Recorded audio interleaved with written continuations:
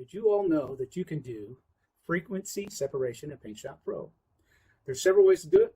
We're going to do a quick way, so follow along.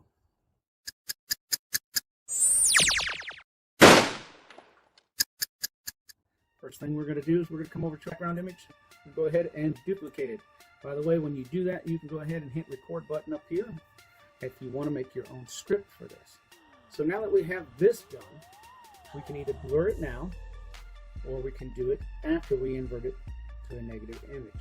So to blur it, you're going to either use your Gaussian blur, you can come to remove noise, and use edge preserving smooth or median filter to blur the lines a little bit. I'm trying to get the skin all a consistent texture, or not texture, but color. It gets rid of the blotches. For now, we're going to skip that. I like to do it the second part. So how I would do it, we're going to go ahead and turn it to a negative image. With that negative, we're going to turn on our hard light, and I'm going to come down here to my Gaussian blur, and as I blur it, it's going to bring in my texture. So we'll get no blur. Then I'm going to bring it up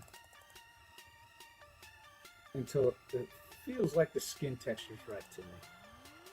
And once that's done, I'm going to copy that. So I go to Edit, Copy.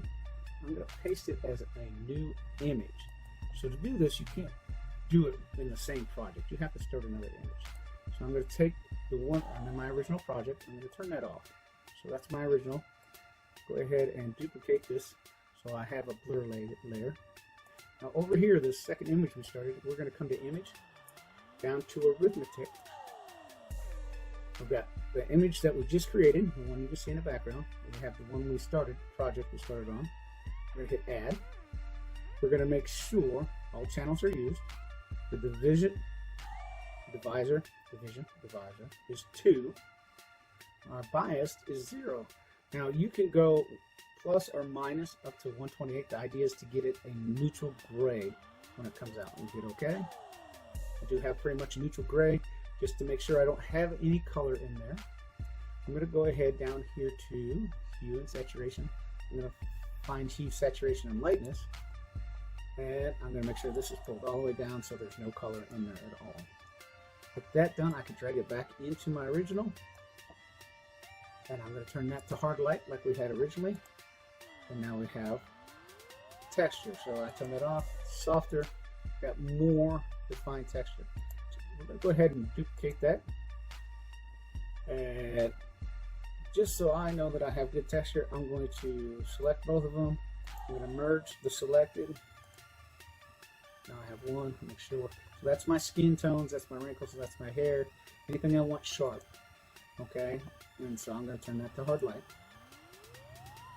And now we're going to turn that off. Now down here, we're going to try to blur to bring it. So we have like a redness here. We have a dark on the chin.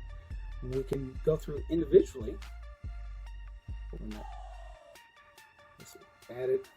Make sure you're on the right layer when you do this. Okay, that was a blur. There you go. That looks better. So we don't want it too blurred, but we want enough that the colors are looking more unified. And we can go through and do the whole thing, little pieces. So you can pinpoint your corrections, or you can do a large scale one. A lot of people will just do a large scale. And see how that brought those reds back in together. Let's do one more. So it looks more, it doesn't look so blotchy. And let's be quick about this. Let's go ahead and do some more of this. And I can go through this whole thing a little bit at a time. We'll probably speed this up.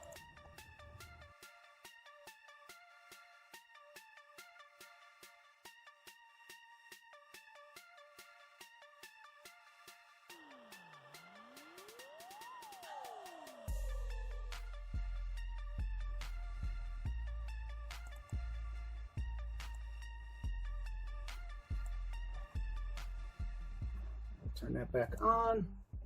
So I have my skin on there, and now I can start correcting some of these wrinkles. I select this. I'm going to go to my clone tool, and now I'm going to clone good skin.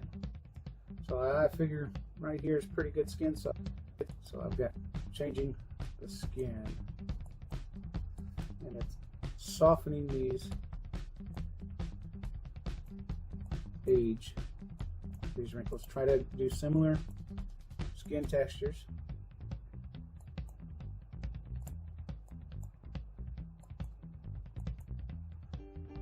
And that will keep it more realistic for you.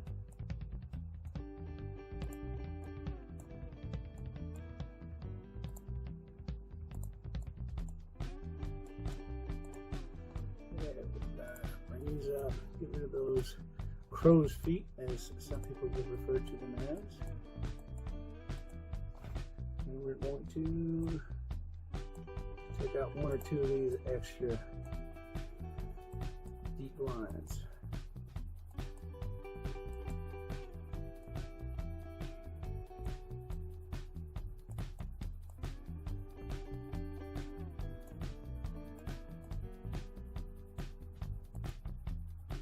Right, so there you have it. Let's take it off. It's really blurred, no texture.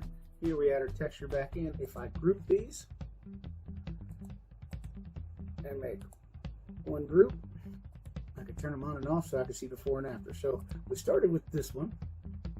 Okay, it's darker, the wrinkles are a little deeper. We ended with this one. So the skin's a little bit softer. Now I can keep going. I can come back here and I can collect here and I can, oops, undo.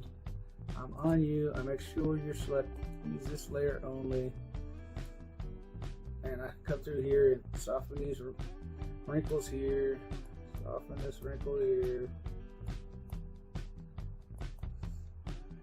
do all kinds of neat little things here.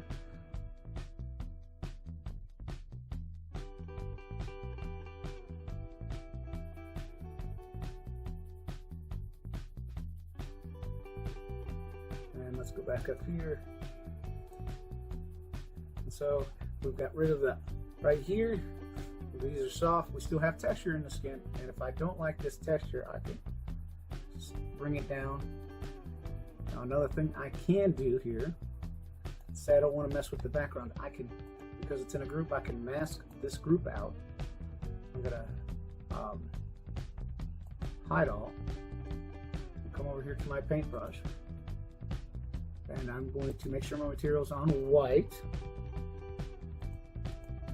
and then I can paint in or paint out. So I can keep some of the original stuff. Let's say I don't want this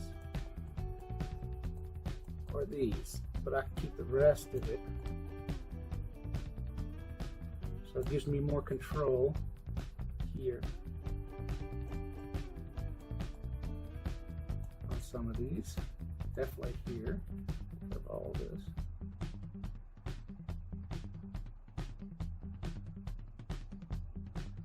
And what's going on. Now if you have blemishes or something you want to work on, you can still do that. You come down this layer here and you can use your makeup tool to fix some blemishes. As long as it's on that layer, color wise, darkness and so forth, we can correct some of that. And there you go, frequency separation.